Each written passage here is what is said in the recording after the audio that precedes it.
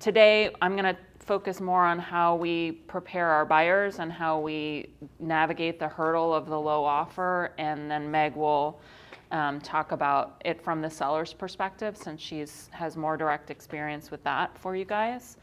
My original license was formed in 2004 in Manhattan, where I started my business, and I did that for 3 years, just gaining experience in a small boutique brokerage, and then left the business entirely for about 10 years until my family relocated here, and Meg was my realtor.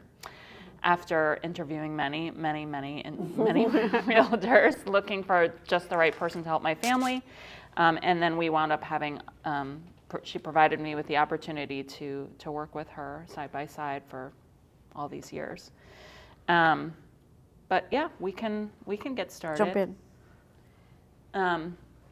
Well, basically, as you all know, communication is the most important place to start with any client, no matter what their end goal is. You want to be able to listen to them actively and ask the qualifying questions that are going to help you set up the strategy to help them get where they want to be. It's whether they want to, get a deal, they need to move, they have to move, they are waiting for their dream home on the water, whatever their scenario is. I try to really listen to them from the beginning, from the first call, from the first text message, however they wind up on my desk. That's my first step. And when I hear initially that they say things like, I'm really looking to get a good deal, or how is the market changing in my favor, or are we seeing prices come down? Like these kinds of triggering things for me that I hear from the client, I'm immediately not on edge, but I'm trying to listen to see how I can navigate the market with this particular person's expectation. And then once I've figured that out and they've exhausted their answers for me, we set up a strategy. Usually it's a strategy call, but sometimes I meet them in person to prioritize what's most important from the variety of answers they've given me. And if what's most important to them is getting a deal, I really need to dig into why that is.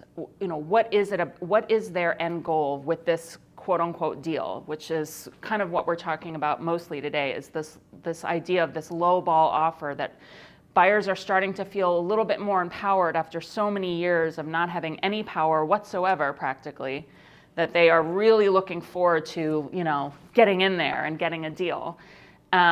So we strategize, we prioritize, and then we create a search plan together based on this goal. For one example was a client that I had that she couldn't pay the closing costs. And so we had to strategize a plan, because she was very motivated. Her lease was coming to an end. She was qualified. She was anticipating, a promotion. She had the ability to pay the monthly payment. All that was missing was the cash to close, because her landlord sold her house unexpectedly. And so she suddenly had to move and had no savings. And so we strategized that priority. It wasn't about like, we expect the seller to give us something. It was like, this is what is most important. Like, we have to move, and this is all we have in the bank, and what do we do? So we prioritized, and we looked at the market together, and we researched it together. I pulled some opportunities for her that had price drops. We looked at some properties that were a little outside of where she wanted to be, right? And we looked at the longer days on market, of course. All of these things are indicators of maybe some wiggle room, so that I'm not calling every single listing in the entire zip code where she wants to be, because that's really not the best use of anybody's time. So I started with those top places, and I started having conversations with the listing agent, which we'll talk about more. But the data search that we do in addition to that is to help support our statements, our confidence statements, which I should have added a bullet point there. But for me, the confidence that we go into our consultations with and just answering our calls with is really key. Like knowing your market, knowing your numbers, knowing confidently what the home should sell for. These are what the client is expecting you to know. We just got a call as I was on my way in here for a brand new client that I'm working with that wants to put in a lower than list price offer, and there's competition, and the home is beautiful and it's priced well, and so I had to have that conversation with him right away. And immediately I'm setting the expectation that you're hiring me because I'm doing this all day long every day. He knows about how to fix cars. He's a mechanic. I know about this. And so I'm confident in my answers. I'm, going to let him know that, that 20,000 price drop, that's not what this market is offering. So after we wrap up here today, I'm going to do this quick data search, this one-page data search. If you want to, Yep.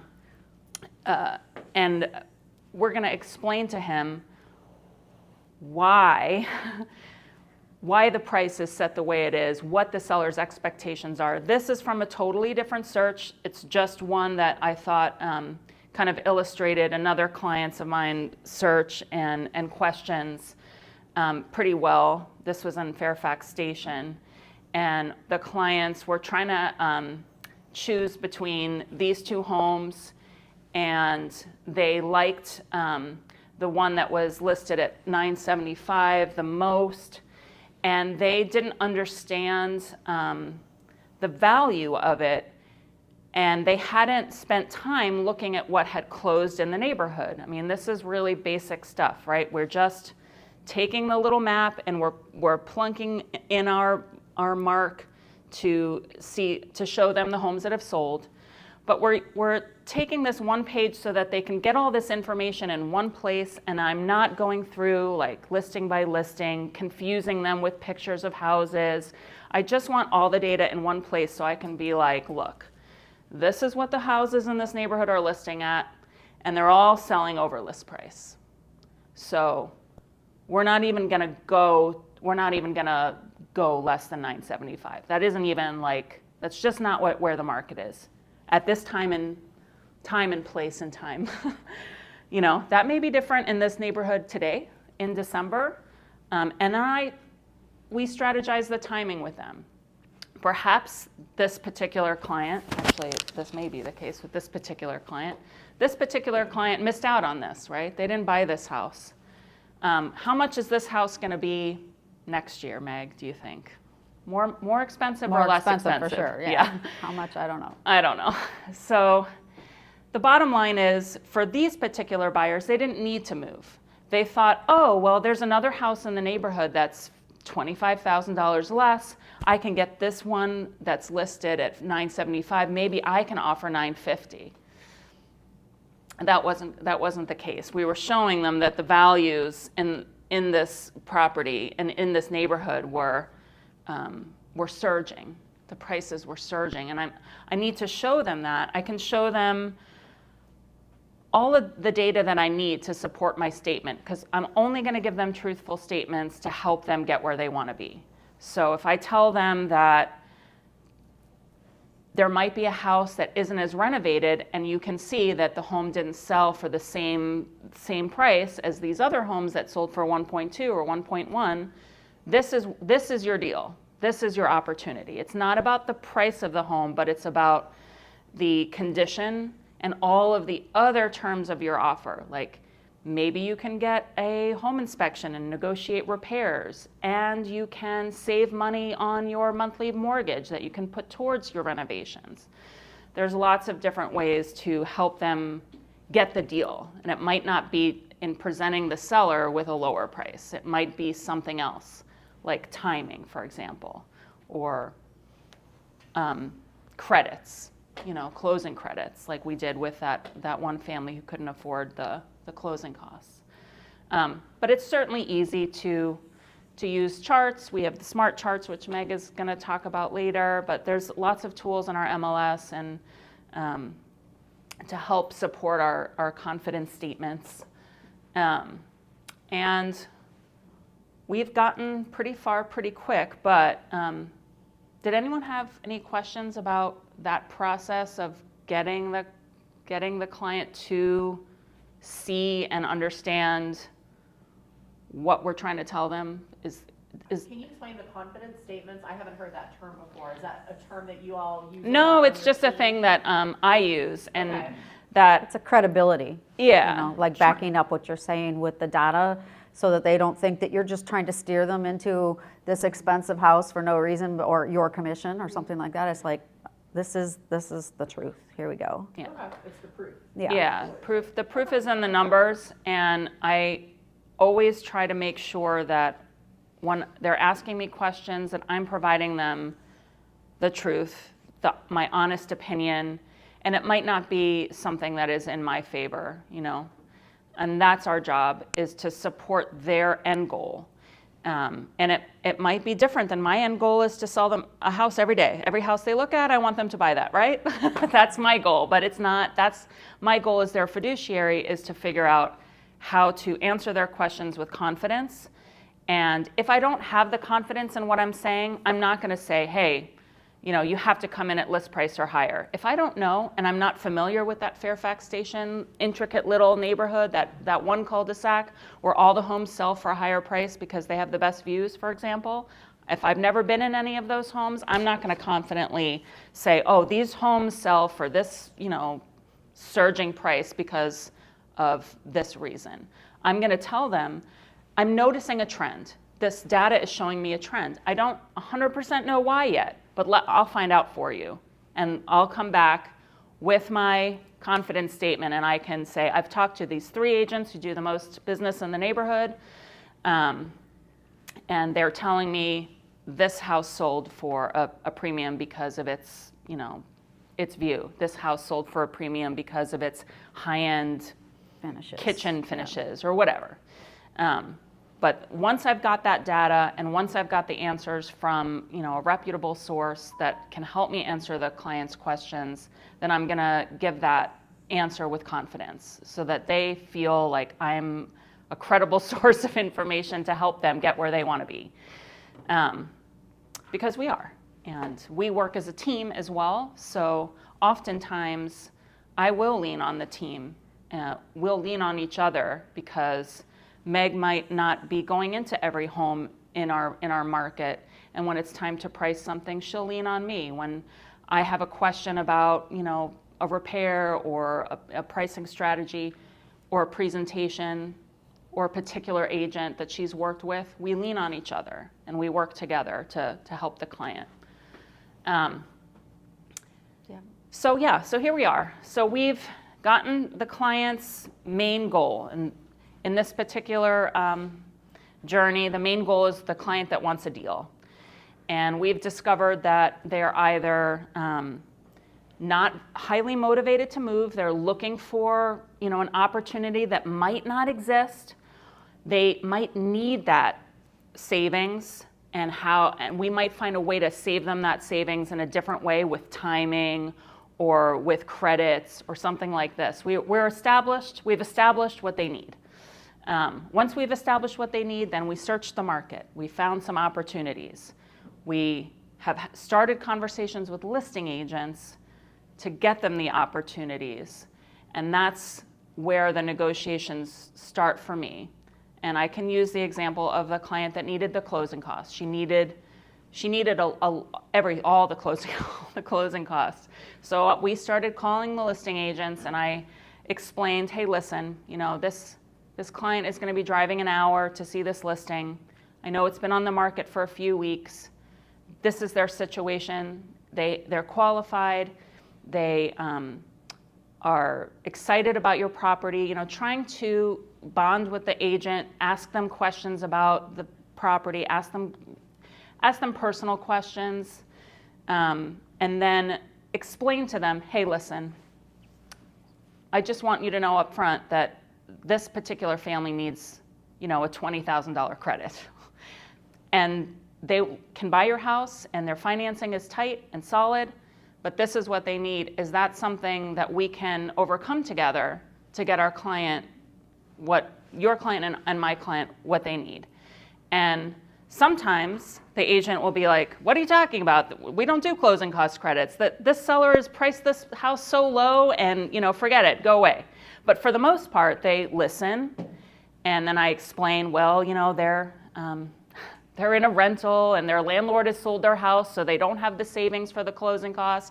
And I explain the client's situation. That one was a pretty easy one to explain because everyone feels bad for the poor tenants whose landlord is kicking them out.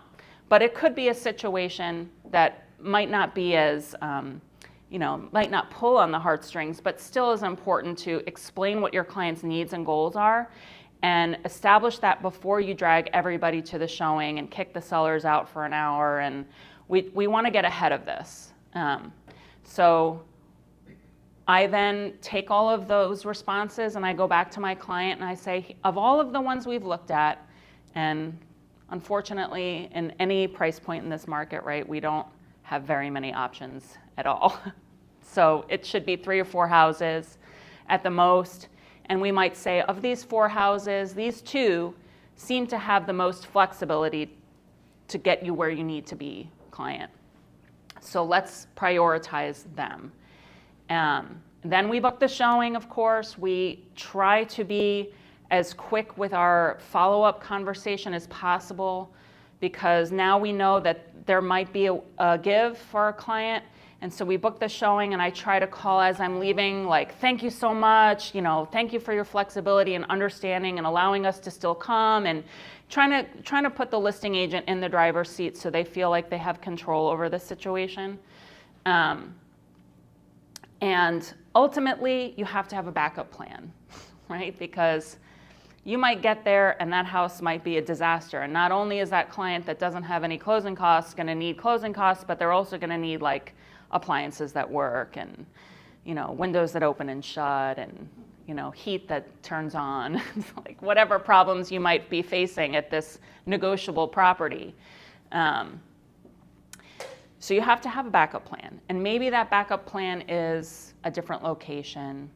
It might be a timeline like, hey, we've got something coming soon that's coming on the market in November with clients that really, need to get under contract quickly.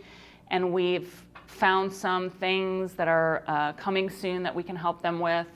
But I always try to have some kind of backup plan with me when we go out to the showing so that if it doesn't go well, I can say it's going to be okay.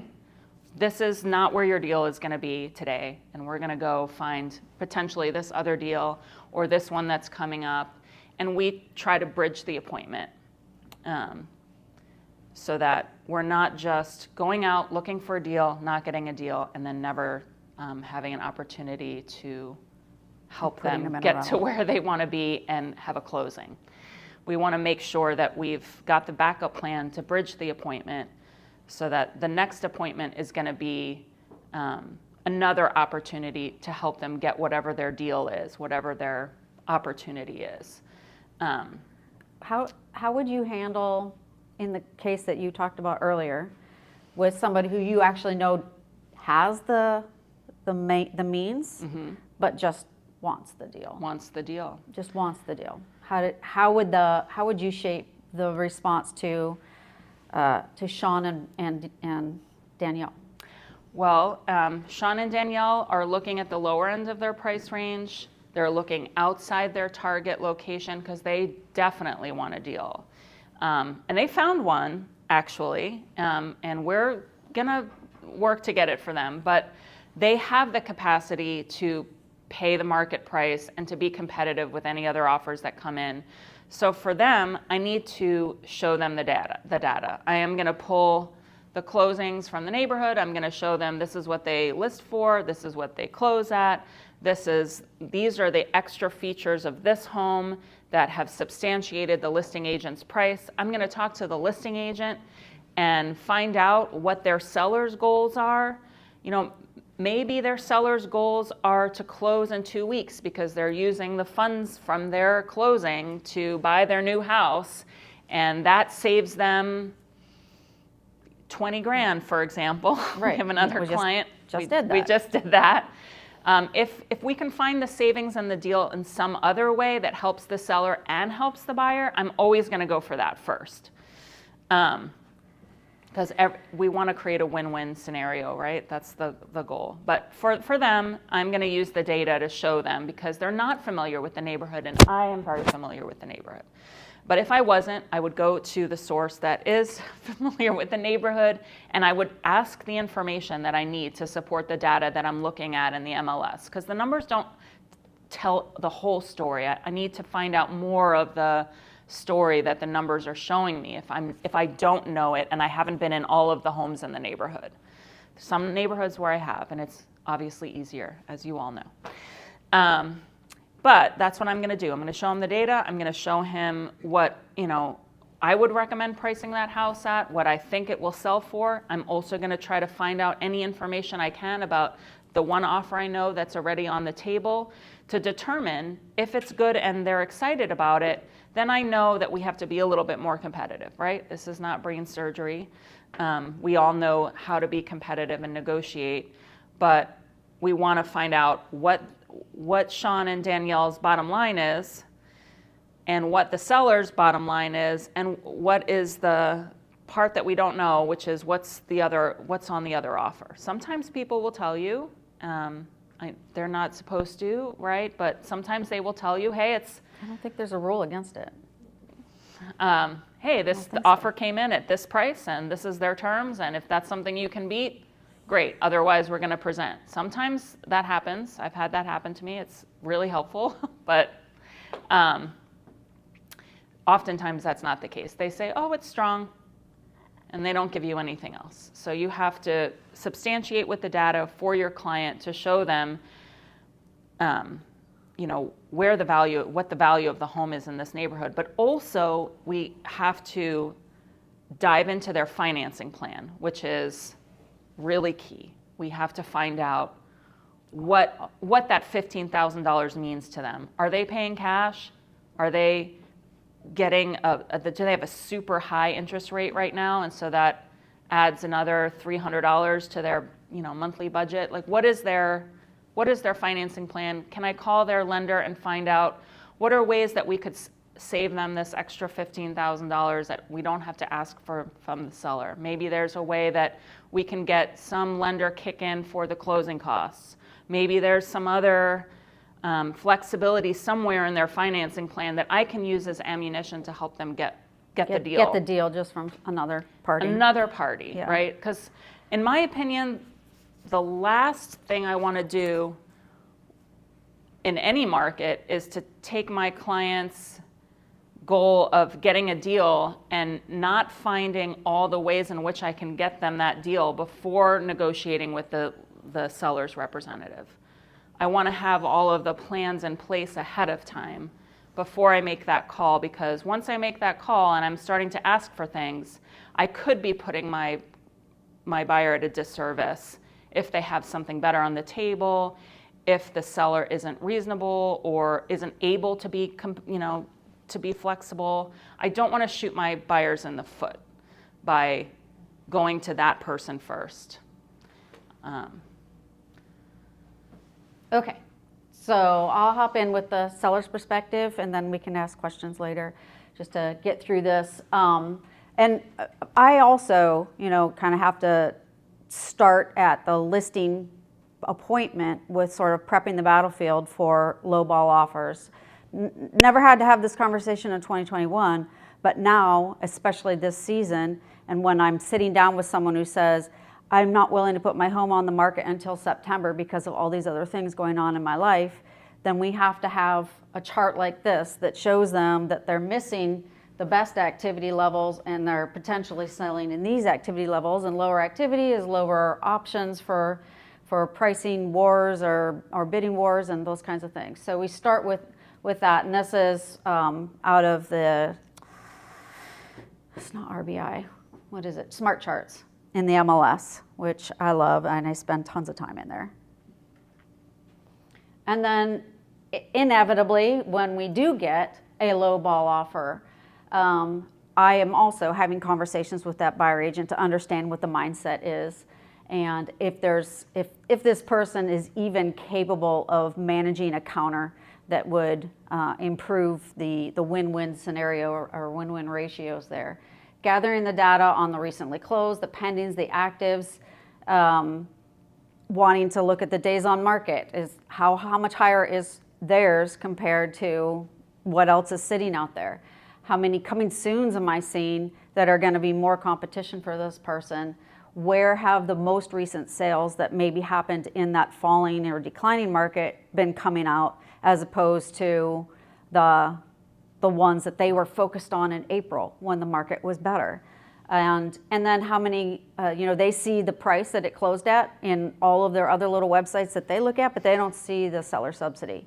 So when you can say, yeah, and in fact, so many people assume that because it listed at a certain price, that's what it sold at, and they never even follow up to see what the actual sales price was. So being able to have that conversation, and they kind of start sometimes defensively with, well, that house sold for $950, and I'm like, well, actually it sold for $935, and they gave $27,000 on top of that in credit. So you actually have a better offer in the long run. If the bird in hand, two in the bush conversation is that they want to wait for the two in the bush, then the conversation is also looking at, and I use this chart. I don't know if you guys have you can pass them around. I don't know if you guys have the benchmark report in your MLS service that you're doing. Bright has this for an extra fee of like $9 and some. And I love it because on the back page, it's got this little diagram right there that has, this is how many more houses have to sell before you're likely to get yours sold. Yeah. It's like an add-on? Yeah, it's an add-on in the MLS. It's great. What's it called? Benchmark report. It's $9.50 a month or something. Yeah, and it'll show you like, okay, you can set your parameters. So of single-family homes in 22025 that are 3 to 5 bedrooms, how many showings are they getting? And it'll tell you at the average is 7 showings before it goes under contract. For the ones that are closed, they only needed 5 days because they came from an earlier part of the market. But the ones that are sitting, but yours is 22 days. So, think about that. And how many you've had 22 showing or 15 showings and no offers. Well, how many showings did these houses have before they got an offer? You see that data. And then they have this little sliding graph where it shows where you're priced versus the median. So the data back here is really more, on the first page is really more market indicators, not so much the pricing, because this house was priced smack in the middle. Like most of the medians were well above them. But they weren't showing well enough to get an offer, or the market was declining. And the only reason I put this one on is because it's now under contract and I feel vindicated. But they have how many of the listings in this ratio have had to take a price drop, and if they did take a price drop, what was the amount that they took? Was it a 10% or a 20% or what have you? But that last graphic in the end is really like it's like, how many more houses in this neighborhood do you want to see go under contract before you're willing to accept the offer that you have in hand? The smart chart comes back out again, so I can show them that graph and where we're now at in the market. Like we've been here for a month, and now we're even further down that slope. And then, do I have? Can I ask you a question about this? So this is saying in the last year, 90 homes are sold. In the last 12 months, there's 7 that are currently, On the market. and that's what the absorption rate is then? Right. That number, are those 2 numbers? Yeah, always what the they're same? saying, no, It's in the last 12 months, in this bracket of filters that you chose, Right. there were 90 homes, and it took 90 homes sold in the last 12 months. And based on that ratio, based on that ratio and what's existing on the market, assuming nothing else comes tomorrow or the next day, it's going to take 7 more homes before yours would sell. So those, it looks like those would be the same number. The absorption rate just makes it. The absorption rate is a 12-month number, but it wouldn't always be 90. Would if that? No, because they had the 7 here, like on the other side of it, like today is December 5th. Uh-huh. It has 7 on the other side. Because that's in 1 month. To sell So it's essentially one month's worth of the 12 month at 90 homes in 12 months. Yeah. Then you divide that, what was 1 month? Great. So how often do you present this? Whenever I'm struggling to sell a listing. Okay. Yeah. You could use it for buyers too, right? Yeah. I guess I haven't switched my brain into that for a while, so I'm not exactly sure how I would use this tool, but I definitely use it when we've been sitting on the market a little while. I had a really, really tough to sell for 2 reasons. One, it was bad timing. It was, you name it. It was down in Embry Mills where they were still building and the builder was giving discounts after discounts after discounts. And my guy refused to acknowledge that his house was losing value because the builder was just wanting to get the heck out. And plus he was kind of a dick. But I gave him this benchmark report every other week just to let him know, 5 more came on. Oh, by the way, the builder just dropped the base of that floor plan, another $25,000, and just keep showing them until, they would cry uncle. Yeah. Do you go to Bright and subscribe to this? Yeah, the MLS, yeah, you can. And this is another report. This is another add-on that I just got. And this is actually more valuable, generally speaking, at the listing appointment than in a conversation post list. But what I like about this one is, like, I have a guy right now, a townhome, he wants $465. And thanks to my stager who did a rock solid job, I am going to list it at $465 and then say prayers every night and probably dig St. Francis into the ground, or whichever saint I need, Joseph, right? But look at this. If I would list this at $450, I would get more than double the showings, because this is a profile of, in this neighborhood with homes in this price with this much square footage, what's getting the most showings versus this is capped at $450. This is $450 to $475. So that's a conversation that if you are in a struggle with, if we keep going this direction, you're going to have to drop your price, and then this lowball offer is likely you'll never see anything close to that again. So I can, and then there's times when I use this to show the seller that, you know what, this is a pretty low offer. We're getting this many showings. We're seeing this much interest, and the traction in this price range is sufficient that if you're not in a hurry, if you don't need to sell immediately, in this case she owns the home outright, then we can wait for a better offer potentially, because this one is pretty low. But ultimately, I always encourage the counter, because I hate that we have an opportunity to have a conversation, to find a win-win, and they're just so insulted that they refuse to even have a conversation with them. And I've had a few of those sellers. Fortunately, nobody I'm working with right now is that, but we have one who may be that way when she sees the hicra that just showed up on her doorstep, because she is certain that she's got the pristine, most perfect home.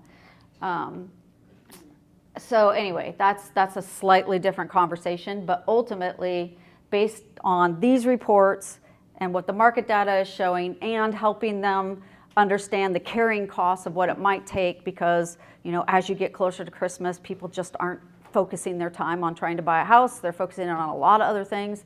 And so we're probably talking 30 days from now before you would start seeing that. Is that worth your lifestyle, your investment in the home, et cetera? And trying to cooperate with somebody to get a win-win on it. Okay, so any questions? Oh, I had this, but Renee and I already did a little role play here. So any questions? Anybody in the mood to do role play? You're welcome to Well, I have a question stab that us. I guess is asking Renee to role play. So, what is your script when the buyer wants to see, we call it the cream puff, and you know that there is no way that their offer is going to be competitive? How do you show it to them? Do you not show it to them? How do you say it so that they're not thinking that it's like you against them?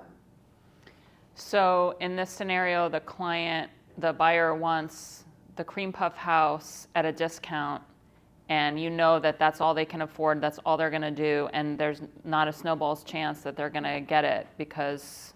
Yeah, they're asking for the showing. They want to go see it, and you're already like, you can see the writing on the wall. You know it's going to be multiple offers. You know there's no chance, you know. It depends. The script, if it's a brand new client, like I'm dealing with Sean and Danielle, they're brand new clients. They called, I went and I met them. I wasn't sure if they could afford it or not. So I'm going to show it to them, and I'm going to use that showing opportunity to bond with them and ask them more qualifying questions and listen and follow them around the house. Because for me, the showing appointment isn't about me like doing the Vanna White around the house. I mean, there may be some properties in some neighborhoods where that's the thing, but for the most part, it's just me kind of following them around and listening to the things they like and actively finding out how I can help support them in how to get what they want. So it might be, if their budget is $1 million and the house is listed, at 1.2, and I know that they can't go above it, I might still go see it with them, just so that they can see, once we see this, we can track what it closes for. Maybe this isn't the house that we try to compete for because there's already competition on the table. But let's go see it. Let's explore it together. I try to make sure that it is a team effort, that it isn't me and them, that I'm there as their buddy to partner and support them to get where they want to be. And it might be wasting my time going to see things that they can't buy. But I'm not going to do that all day long with every client. I'm going to strategize that time to help educate them further and educate myself on what they want. If I've been working with them for a long time and they haven't liked anything and they haven't moved forward and we haven't had a successful experience, I will do the data first and say, here's where I think this might sell. And I'll draft up an offer. I've been doing that a lot more lately just to save myself time, is I just write the offer with what I call my default settings, which is just basically what I think will win. And that default could be different for every client, but I try to create a best case scenario on paper, and I bring that with me and I say, here's our, the default paperwork, a mock offer so that we can review what you need. And this house is going to sell for probably $200,000 above your budget. So, let's find the things that are cool about this house that you really like, that you really need. Is it the location? Is it the finishes? What is it about this house that you really want? And let's go find it in a different price point, and make sure that we get you the closing that you need in the timeline that you need, because otherwise, Mr. Client, we're just shopping for houses, which is fun for me, but ultimately that's not what you're paying me to do,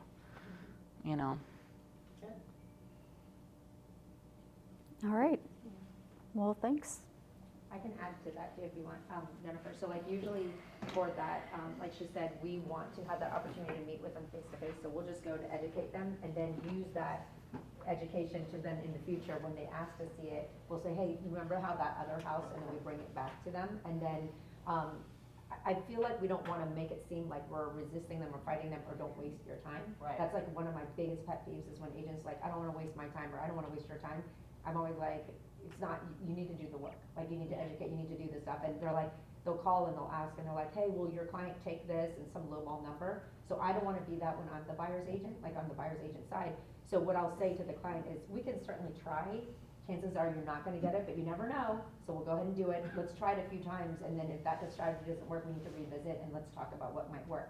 And they're usually happy about that because you're willing to do it, even though it's completely lowball. And then I'll call the listing agent and say, I know this is crazy, sorry in advance, if this comes across the wrong way, but this is all they can afford. This is all they can do right now. We'd love to make it work for you guys. So if you prep the agent instead of just sending it through, like that works. Yeah. But then the agent will call me back and say, you know what, we actually like everything. The only thing is the price. And then somehow, weirdly, we get very close.